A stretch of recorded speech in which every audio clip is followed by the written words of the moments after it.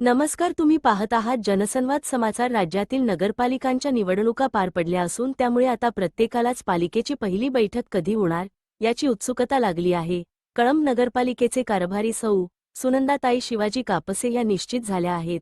त्यामुळे आता नूतन नगरसेवकांना पालिकेची बैठक कधी होते याकडे शहरवासियांचे नजरा लागल्या आहेत। उपनगराध्यक्षपदी शीतल चोंडे यांच्या नावाची शहरवासियांमधून मागणी होत असून चर्चेला उधाण आले आहे।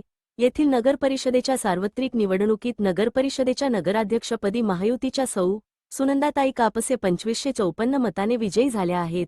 त्याचबरोबर महायुतीचे 10 नगरसेवक ही निवडून आणण्यात यश आले आहे, तर शिवसेना, ठाकरे गट व काँग्रेस यांच्या पदरात केवळ 10 नगरसेवक निवडून आणण्यात यश आले आहे। मात्र दोन्ही राष्ट्रवादी काँग्रेस पक्षाचा सुपडा साफ झाला आहे।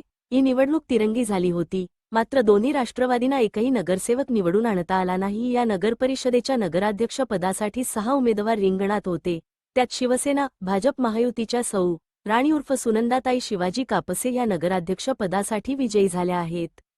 तर उपनगराध्यक्ष पदासाठी शीतल चोंडे यांच्या नावाला शहरात चांगलेच चर्चेला उधाण आले आहे।